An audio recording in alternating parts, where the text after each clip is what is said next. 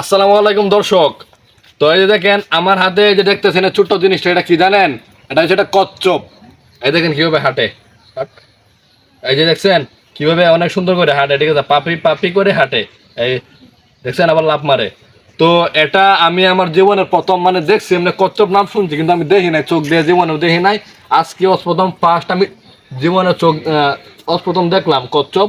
দেখেন এই যে হাতে ধরলে কিন্তু পা গোলা ভিতরে ঢুকাই দেয় আর মুখটা কিন্তু বাইর করে রাখে, দেখছেন মুখটা বাইর করায় আর পা কিন্তু ভিতরে ঢুকাই দেয়। যখন মাটিতে সারা হয় টেনশন, সে কিন্তু পা গোলা বাইর করে এভাবে এভাবে এভাবে এভাবে হাঁটে। হাঁটতো দেখি, এই যে দেখছেন হাঁটতেছে। তো এই কচ্ছপটাকে বিক্রি করা হবে। যদি কোনো সহৃদয়বান ব্যক্তি কিনতে চান তাহলে আমার বড় ভাই সৌদিও মোহাম্মদ জোনায়েদ সাহেব, ওনার সাথে যোগাযোগ করতে পারবেন। মানে অনেক সুন্দর একটা বিষয়। আমি আমার জীবনের প্রথম দেখলাম যে কচ্ছপ, মানে কচ্ছপ নাম শুনছি বাট আমি কোনোদিন চোখ দিয়ে দেখি নাই কচ্ছপ আসলে কিরকম বা কতটুক বড় বা কি।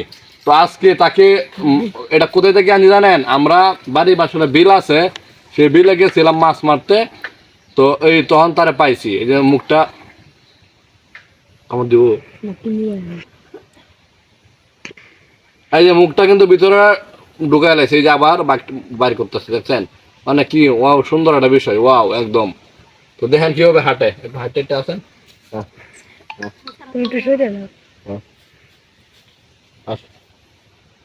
এই যে দেখেন এই যে কিভাবে হাঁটতেছে, দেখছেন? মানে একদম মানে ওয়াও, পুরাই ওয়াও, একদম দারুণ একটা বিষয়। এই যে হাঁটতেছে, এই যে হাঁটতেছে, এই যে অনেক সুন্দর করে হাঁটে, ঠিক আছে। দেখেন মানুষের মতো এই যে এভাবে এভাবে হাঁটে অনেক সুন্দর করে, মাথাটা আবার একটু একটু করে বাইর করে। তো আসলে আপনারা যে যেখান থেকে এই ভিডিওটা দেখতেছেন অবশ্যই ভিডিওটা কেউ স্কিপ করবেন না, সম্পূর্ণ ভিডিওটা ওয়াচ করবেন, তাহলে কিন্তু আসলে দেখতে পারবেন। হ্যাঁ, এবং চ্যানেলটা সাবস্ক্রাইব করে পাশে থাকা বেল আইকনটি অন করে দিবেন। এই যাস না এইগুলো করে এই যে দেন কচ্ছপ, দেখছেন? মানে আল্লাহর কি কুদরত, দেখছেন? মানে উপরটা এত পরিমাণ শক্ত, এটা যদি লোহা দিয়া দেখছেন টাস টাস করে, এটা যদি কুড়াল দেওয়া বাড়ি দেওয়া হয় আমার মনে হয় ভাঙবো না।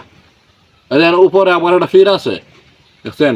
মানে আসলে আল্লাহ তাআলার কুদরত মানে বোঝা বড় যায়। মানে এমন সুন্দর বা কিভাবে তারে রাখছে এটার ভিতরে, সে তাকার কোনো কষ্ট হয় না, কিছুই না, একদম।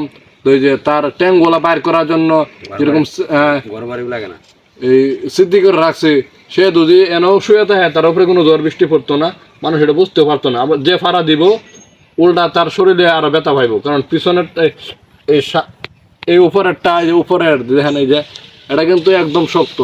এই যে আমার হাত কিন্তু একদম হয়ে গেছে, তেতরে গেছে, বিশাল শক্ত।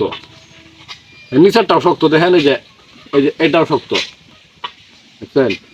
আসলে আল্লাহ তাআলার কুদরত মানে বোঝা বড় দায়।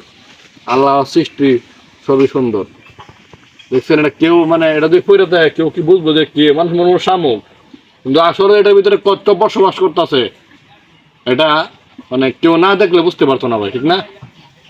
না দেখলে বুঝতে পারতো না। আসলে আল্লাহ তাআলার সৃষ্টি বোঝা বড় দায়।